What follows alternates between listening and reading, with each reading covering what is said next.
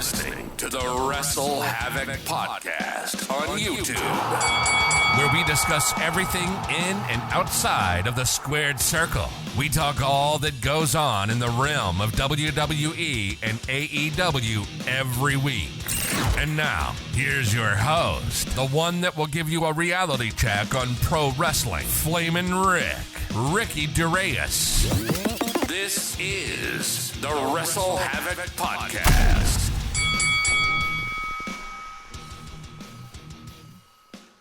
What's up, everybody? It is Flamin' Rick right here on the Wrestle Havoc Podcast, here to review Friday Night SmackDown from March 3rd, 2023. Of course, we are continuing our road to WrestleMania 39, main evented by the American Nightmare Cody Rhodes, taking on the Tribal Chief Roman Reigns for the undisputed title. What are my thoughts on this show? I thought the show was actually not that bad of a show. If you actually compare it to last week's show was completely boring from top to bottom. There was some good parts of the show, but honestly, there was nothing really special that happened on the show, in my opinion. This show was much better, and we had storyline progression happening as well, which I was definitely a fan of, finally, heading in towards WrestleMania 39. But what are we going to talk about right here on the show? Of course, the main thing we need to talk about is Cody Rhodes and Roman Reigns finally go face-to-face, which is finally, I'm just, so happy about it, because there's a lot of people in the community, and rightfully so, complaining about the fact that Cody Rhodes would keep on cutting promos on Raw, and really they would only have interactions with Paul Heyman.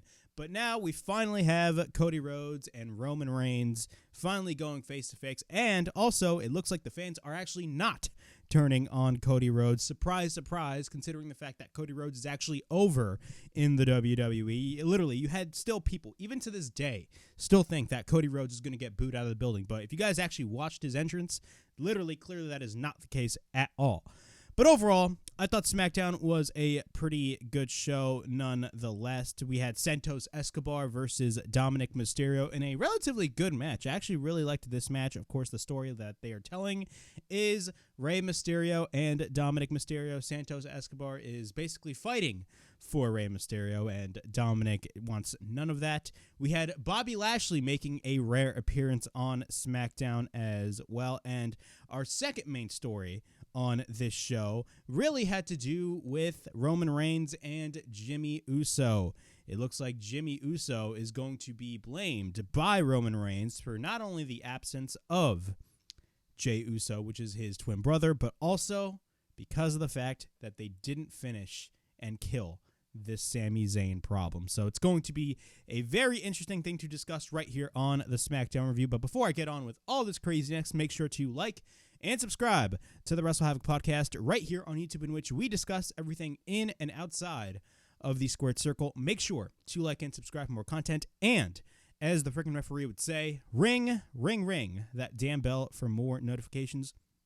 Also, the Wrestle Havoc Podcast is also available on audio platforms. It is available on Apple Podcasts, Spotify, Anchor, and Google Podcast. So if you guys want to listen to the Wrestle Havoc Podcast in audio format, it is available on all of those platforms. Also, Ring of Honor. Yes, I filmed my Ring of Honor review, my initial review for the first episode of the new era of Ring of Honor, and it was a relatively good review. I haven't actually uploaded it on the channel, which is actually my fault. I wanted to upload it yesterday, but basically one simple problem happened, and I fell asleep.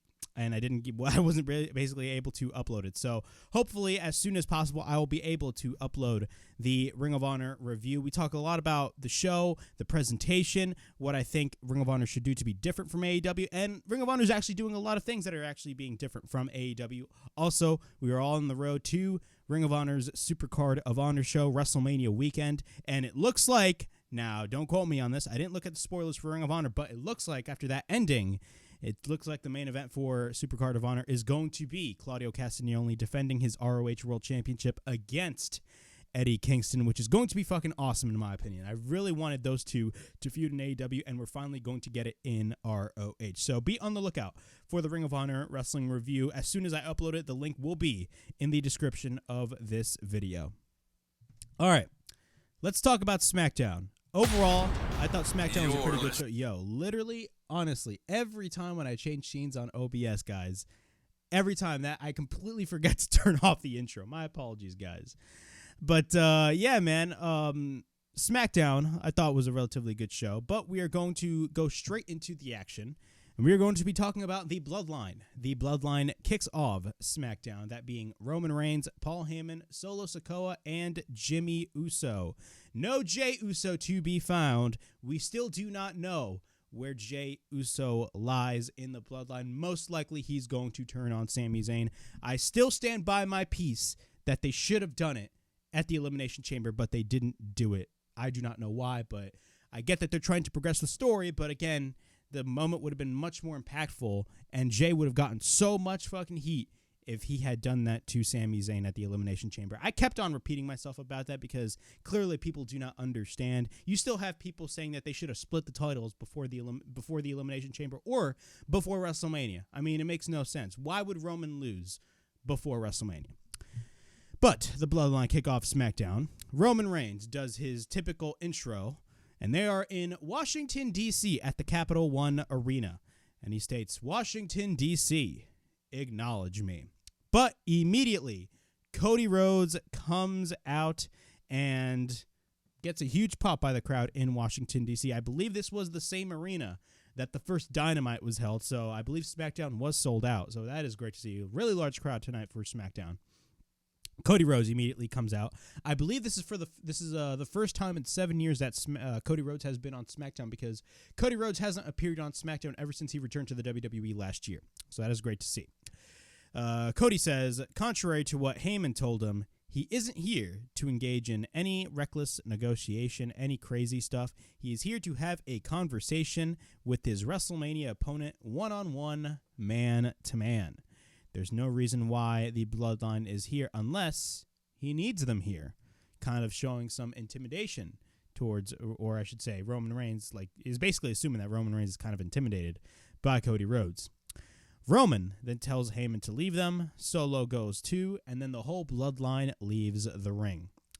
And then both Cody Rhodes and Roman Reigns face off in the center of the ring to a standing ovation from the crowd. Both face off. Roman asks if this makes him more comfortable. Basically, what he does is, he may not like it, but he will do it anyways. And he basically drops both belts on the mat. And Roman don't got any belts with him. Roman asks, so what do you want to talk about? Kind of mocking Cody Rhodes right there. And Cody's like, fair enough. Cody wants to talk about Roman Reigns. 915 days he has been WWE champion. No need to print the legend. He has superseded the hyperbole. Congratulations. But he wants to tell something about him. It's his thing for an impossible mountain to climb. And he basically mentions all the things he's done, all the impossible obstacles that Cody Rhodes has went through. Of course, being in Legacy, kind of in a way, being in Randy Orton's shadow, basically trying to survive Stardust. And, of course, he also mentions All In. Of course, that was when Cody Rhodes and the Young Bucks, everybody, the Elite, sold out the Sears Center in, I believe it was in Chicago. Yes, it was in Chicago back in 2018. And they sold 10,000 seats for a super indie show.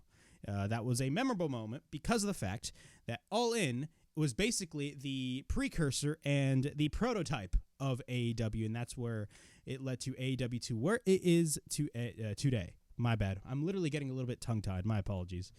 But yeah, he mentions all the things he's done. He mentioned All In. Roman Reigns says, might be the impossible, but just not for him. And then Roman laughs. And Roman laughs, basically kind of mocking him, saying, he's good, that was good. And he tells Cody that, he asks Cody if he was rehearsing that all week. Let me switch gears. He asks him a question. Has he ever won that title? Has he ever competed for one of those titles? Has he ever even been in the main event of WrestleMania before? Because he sure did all that.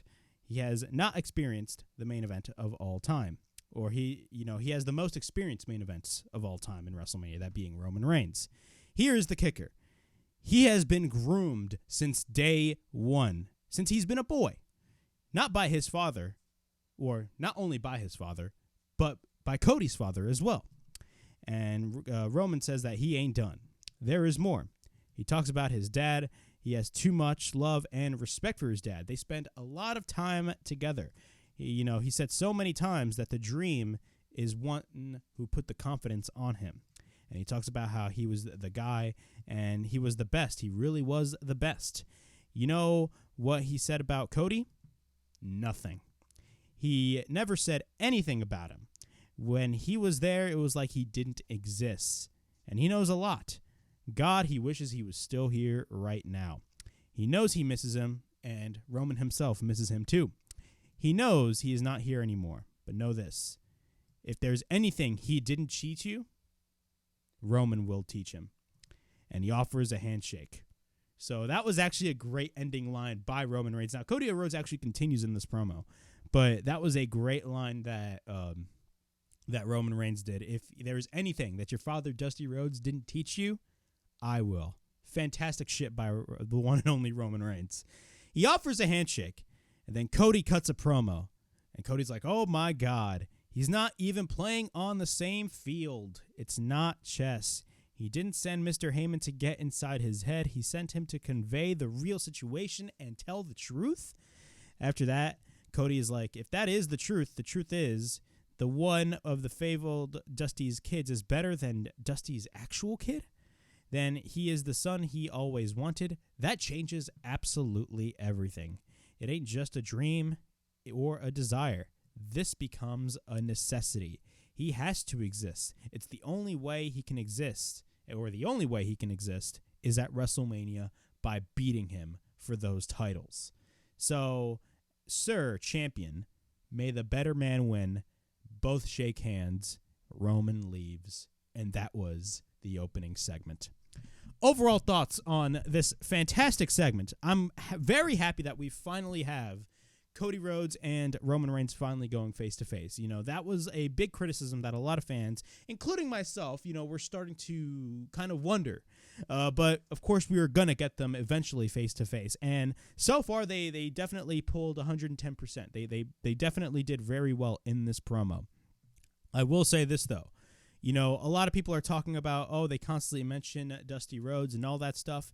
We need to go a little more deeper. Instead of talking about, Dusty Rhodes, which is fine. I have no problem with them mentioning Dusty Rhodes, considering Dusty Rhodes plays a huge part in the roles of not only Cody Rhodes, of course, but he also plays a huge part in the career of Roman Reigns.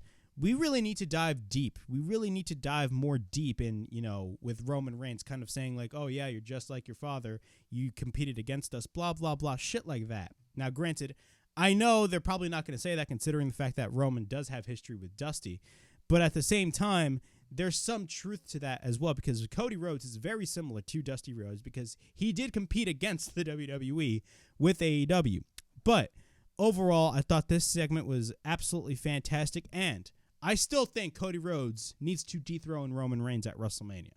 It's still the right decision to make because Cody Rhodes, I know people are saying Cody Rhodes should hold that title even after WrestleMania because of the fact that they're going to reach 1,000 days, but honestly, I doubt that will be the case because I genuinely believe that after WrestleMania, not only Cody Rhodes is going to win both titles, but I genuinely believe that both titles are going to be split up.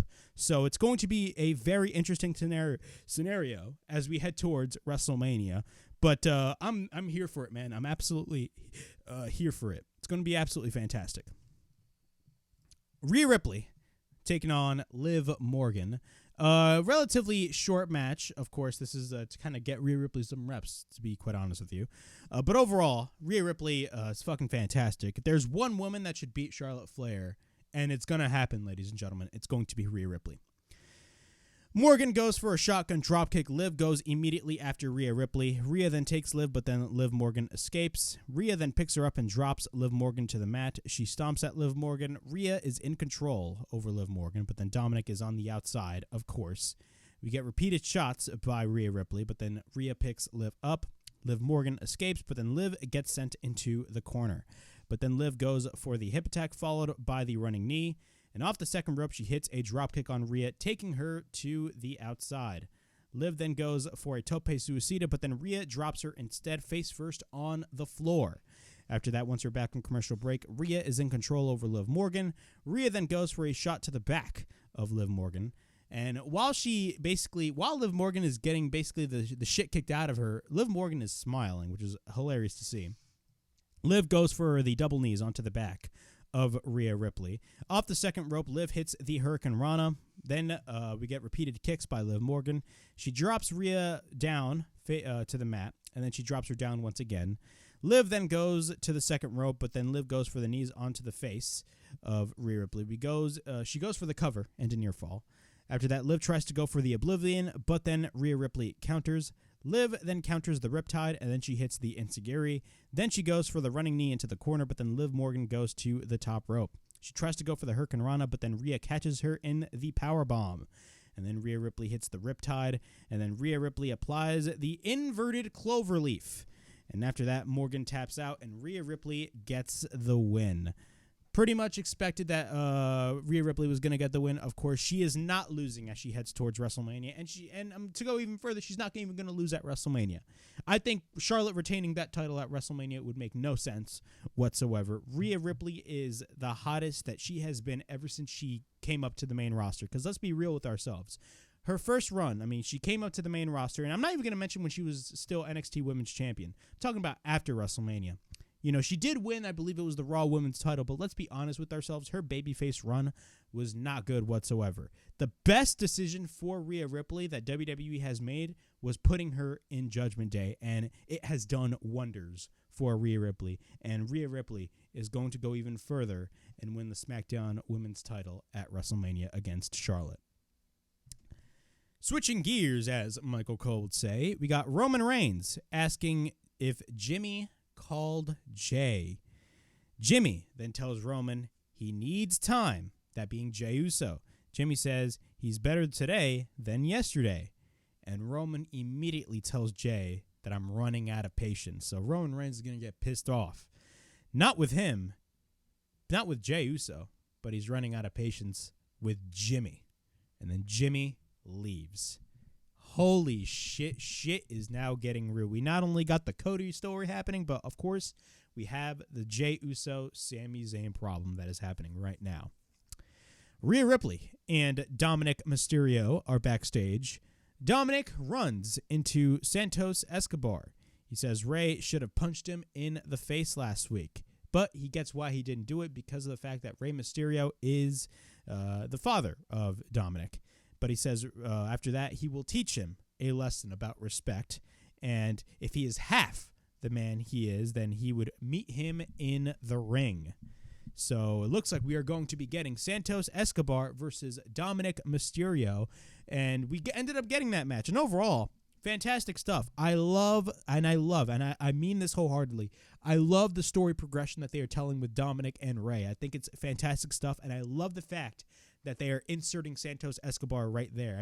When Santos Escobar came, to the main roster, he was heels with Legado del Fantasma. And Legado del Fantasma, I believe, genuinely still exists, of course. But Santos Escobar as a babyface alongside with Rey Mysterio, if they are not going the route that I honestly think they are going, which is Rey Mysterio versus Dominik Mysterio one-on-one. I believe Rey Mysterio clearly said, on many different interviews, that he doesn't want to face his son one-on-one.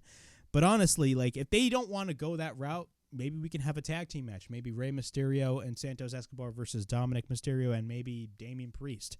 I don't know. It's very interesting. But I love the storyline progression, and I love the inclusion of Santos Escobar in this scenario. It's fantastic stuff, in my opinion. So so after that, we got Santos Escobar versus Dominik Mysterio. Again, not that long of a match, but overall, it really didn't need to be. Both got all of their moves in. They did really well. Of course, the main story is Rey Mysterio. He's basically the catalyst of this whole thing. Of course, last week, Dominic dared Rey Mysterio to hit him last week, but Rey Mysterio did not. He basically refused. And what happens after that? Rey Mysterio is nowhere to be shown. Of course, Santos Escobar comes out with his masks, and the match is underway. After that, Dominic comes out with Rhea Ripley. Of course, he comes out with his one and only mommy. After that, Dominic goes for the dropkick on Santos Escobar. We get a side headlock by Dominic. We get a drop kick by Santos Escobar with repeated rights by Santos in the corner. Santos then works on Dominic. He screams at Dominic in front of Ray's mask. So Ray's mask is actually set up in the corner post, and it's actually like standing up right there. And Santos just immediately just retches and goes after Dominic with, just saying, hey, this is your legacy. Is this your legacy? Blah, blah, blah. Just screaming at Dominic saying, do you respect your legacy? Santos goes for the Romero special. After that, he sends Santos headfirst onto the bottom turnbuckle. Dominic then goes for a crossbody over the top rope. Once we're back from commercial break, Dominic is in control over Santos Escobar. We get a Hurricane Rana by Dominic on Santos, and then he drives his knee on Santos Escobar. Escobar then immediately goes after Santos, but then we get a couple of body shots by Dominic into the corner. Dominic then goes for the clothesline, but then Dominic yells, and he gets in the face of Santos in front of Ray's mask, basically going in retaliation of Santos Escobar. I absolutely loved this stuff. He slaps Santos Escobar, and then he sends Escobar into the corner. We get an up and over by Escobar. Santos then begins to gain the advantage, but then Dominic turns a tilt-a-whirl backbreaker into a backdrop. After that, we get a cover by Santos turns a tilt-a-whirl backbreaker into a backdrop. I completely forgot who did that spot. But if Santos Escobar went for the cover, it was clearly Santos Escobar. I fucked up my notes right there. We get a cover by Santos Escobar and a near fall. Santos and Dominic both collide with one another. Dominic gets the brass knucks, but then the referee gets distracted after that. Rhea then goes for the riptide on Escobar onto the floor. But then once we're back in the ring, Dominic hits the frog splash. We get a cover by Dominic, and Dominic wins the match with the help win the distraction of Rhea Ripley. Overall thoughts on this match. This match, even though it was not that long of a match, and I think these guys could go much longer, for the time that they had, they definitely hit all the important things that they really needed to hit. And overall, I thought this was fantastic stuff. But we are not done yet. What happens after that is Dominic basically leaves with Rhea Ripley, but what happens is Rey Mysterio comes out from behind. And what happens is Dominic does the same thing that what he did last week with Rey Mysterio, daring his own father to hit him. And one of the things that I really like about, Dominic's heel work, and look, we may say that Dominic is not really that good on the microphone. We can easily say that. He's not the best promo. And I genuinely believe the biggest part of that is kind of the tone in his voice, but it's really not his fault. But honestly, one of my favorite things about, Dominic's work and the whole quote-unquote prison shit is not only the fact that it's actually funny as hell and entertaining to watch, but also the fact that Michael Cole on commentary is just ripping apart Dominic Mysterio. This guy is legit pissed at Dominic Mysterio. He's like, damn, kid, what the hell are you doing? All that type of stuff. Michael Cole, man, ever since Triple H took over, I felt like there was a new life kind of embedded in Michael Cole. Seriously, Michael Cole has done so much better ever since Triple H took over that, honestly, Michael Cole is starting to become one of my favorite things on SmackDown. And I'm being 100% honest with you guys. I was never the biggest Michael Cole fan. I thought he constantly repeated himself all the time. I thought he said the most cringe-worthy things on commentary. But overall, man, ever since Hunter took over, I think Michael Cole has been one of the best things about the show. And it sucks that we don't have Pat McAfee, man. We really do need Pat McAfee on the show. It was great that he was on the Royal Rumble, but man, we really do need Pat McAfee back on WWE, man. I just feel like Michael Cole and Pat McAfee just have that fantastic chemistry on commentary. But Michael Cole is one of the best things about this whole Dominic Mysterio and Rey Mysterio story. But Dominic dares him to hit him, but then what happens is Rey Mysterio once again retreats, but then Dominic goes for the cheap shot. So he takes out his own father. What a piece of shit human being. We get a Drew McIntyre segment, and he cuts a promo saying that there's 4 weeks till WrestleMania, and Drew McIntyre still does not have a match. How about we remedy that right now? There is a certain individual that he wants to beat the absolute shit. It looks like he was about to say shit, but no, he says shizzle out of. And he calls out the IC champion Gunther. But Gunther does not come out. Instead, Sheamus comes out. And he asks him what he is doing. What is he doing? Drew said that this isn't personal, but then Sheamus says that he knows how much he wants that title. and Drew tells him to calm down, but then Sheamus doesn't want to calm down. So at this point, both men are arguing. After that, both continue to argue. Drew says that he doesn't have to ask permission. Drew says that he isn't his father, but he thought he was his brother. And he calls him a backstabbing bastard. Jesus Christ. I didn't know y'all were fighting over one title. Jesus Christ. And then Drew says he doesn't have to ask for permission, all that type of stuff. And Drew says the truth. And sometimes the truth hurts. He had chance after chance after chance, and he lost twice. And what happens after that? LA Knight comes out, and he says, let me talk to you.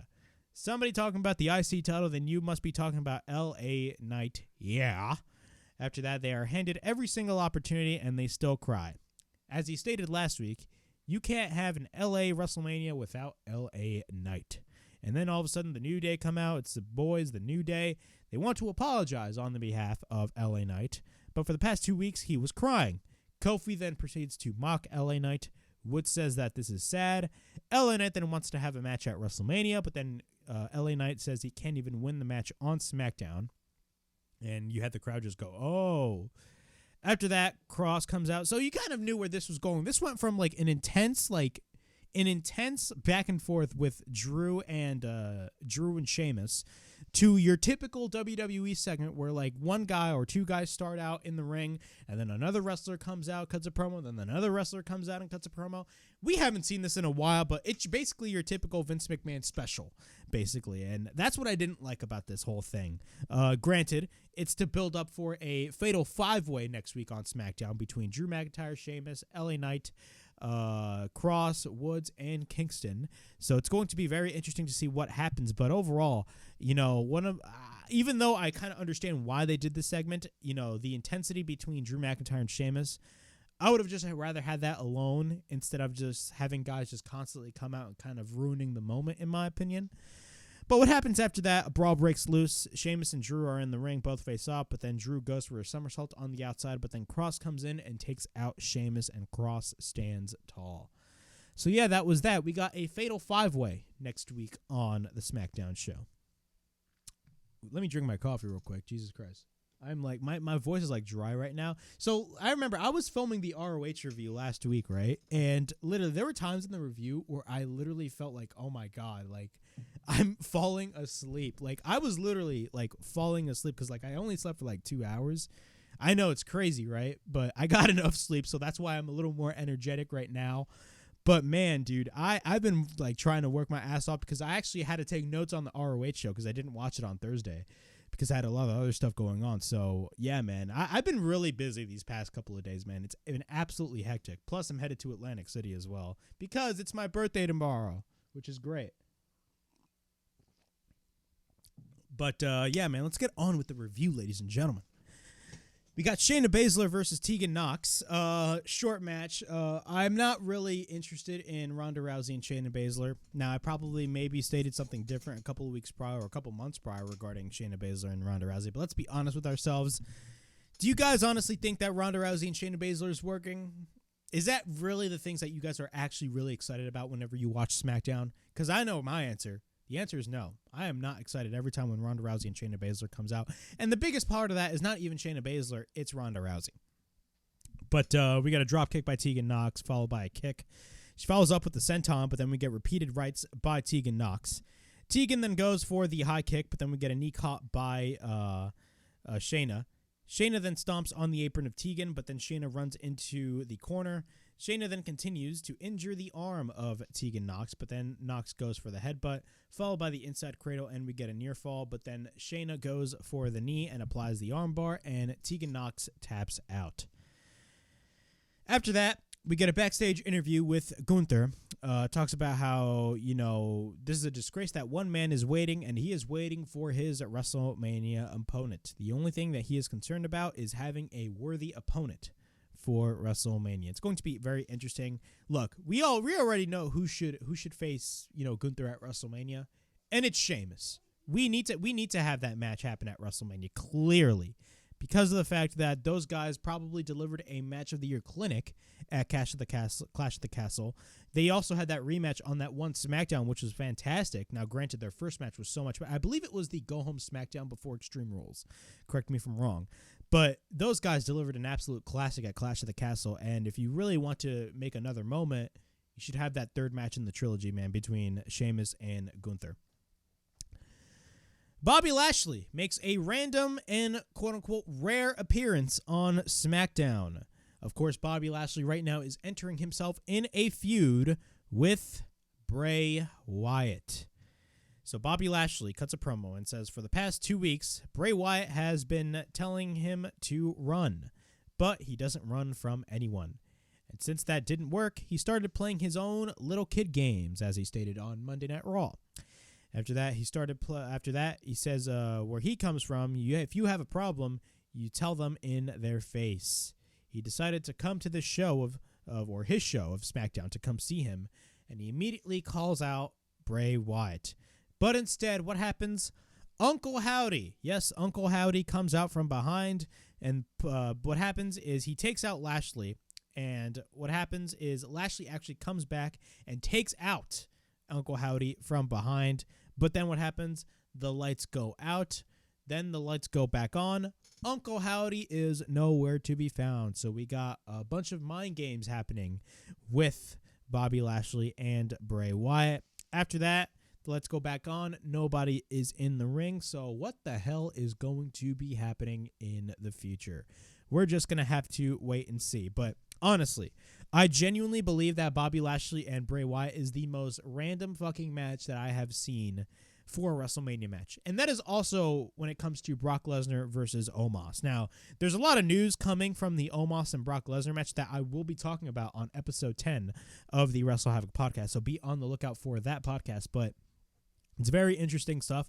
I genuinely believe that Vince McMahon booked Brock Lesnar versus Omos. I mean, you can tell. You can just tell by the match itself. Like, that is not a match that Triple H would book. No chance in fucking hell. No pun intended. But Brock Lesnar and Omos is a random fucking match. Plus, Bobby Lashley and Bray Wyatt is a random match that really, what is the whole point of it? That's the question that I really need to ask. Roman Reigns is with Jimmy Uso, and he asks Jimmy, once again, if he talked to Jay. Jimmy says Jay needs more time. But actually, he said, leave him the hell alone. Roman then states he doesn't understand why he did this to him, that being Jay, after everything that they have done together. This didn't start happening until Sami Zayn came around, and they are going to fix this problem once and for all. He wants Jimmy with Solo. And if he gets rid of Sami, Jay will come home. And Jimmy leaves.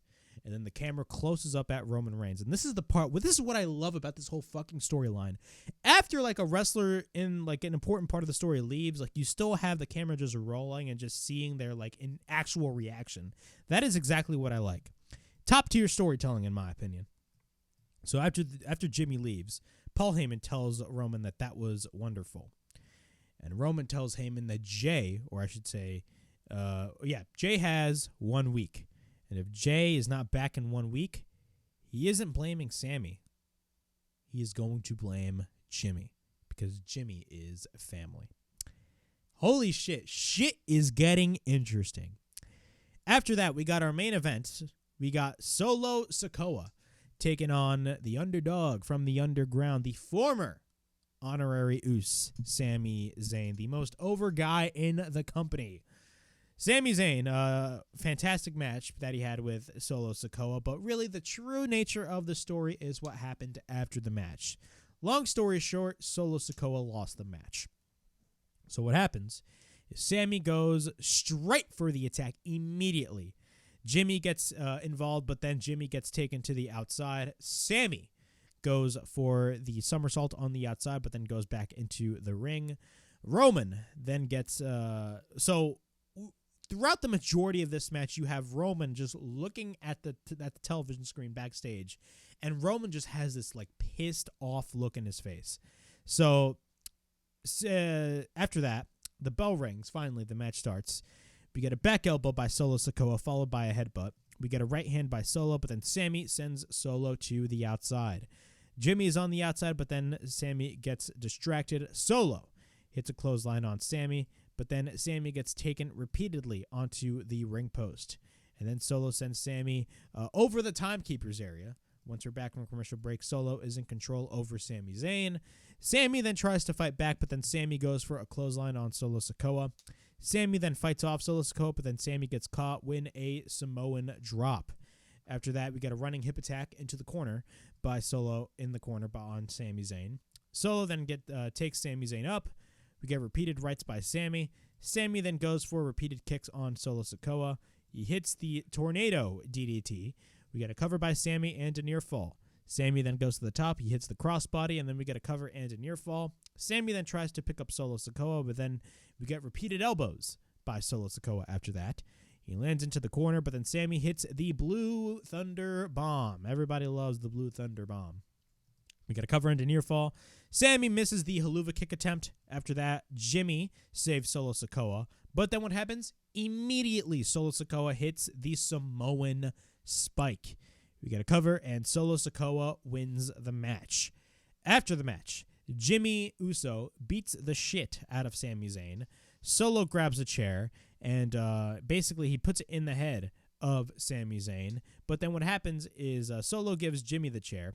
And then what happens is Solo wants to go after Sami, but then Jimmy was like, nah, let me have him. But then what happens? Sami immediately gets back up. He hits the Haluva kick on Jimmy, and then he hits a chair on Solo, but then Solo comes in, and Sami retreats. And Sami Zayn, the Sami Zayn problem is not over. It hasn't been resolved, and Roman Reigns is not fucking happy. And as he stated before the match even started, he didn't tell Jimmy, but he told Heyman that next week, if they don't have this problem done, he's not going to blame Jay or Sami. He's going to blame Jimmy. And that is exactly what is going to happen. Roman just had this look on his fucking face, looking at the television screen, and you had literally Jimmy Uso just like, oh my God, I fucked up so bad. And shit, he is going to deal with a lot of bullshit next week on the show. But overall, that was SmackDown. Overall thoughts on this. This was great stuff. Top tier storytelling, as always, man. This Bloodline storyline has been the best thing, not only in WWE, but the best thing in wrestling, period. This stuff was absolutely fantastic, in my opinion. Amazing things happening. And I'm very much excited as we lead towards WrestleMania 39. This SmackDown show was so much better than last week's. I don't know about last week, but last week's show felt very, very, very boring. And the same thing as Raw. Raw this week was a dud. It was just like so boring. SmackDown was actually not that bad this week, in my opinion. But overall, I thought this week was a pretty good show.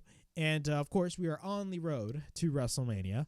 And that was SmackDown from March 3rd, 2023. Please like, subscribe, comment down below, push that bell for notifications, and be on the lookout for more videos right here on the Wrestle Havoc podcast, right here on YouTube, in which we discuss everything in and outside of the squared circle. Make sure to like and subscribe for more content. And, as the freaking referee would say, ring that damn bell for more notifications. Quick reminder that episode 10 of the Wrestle Havoc podcast will be uploaded tomorrow, so be on the lookout for that video, as well as check out the Ring of Honor review, which is already uploaded on the channel, so the link will be in the description as well. Of course, we are going to be having AEW's Revolution pay-per-view tomorrow night, and I will be giving you guys my Revolution review this coming Monday, so you guys do not want to miss that review whatsoever. So, yeah, be on the lookout for those videos. And as always, it is Flamin' Rick from the Wrestle Havoc podcast, signing out. Peace.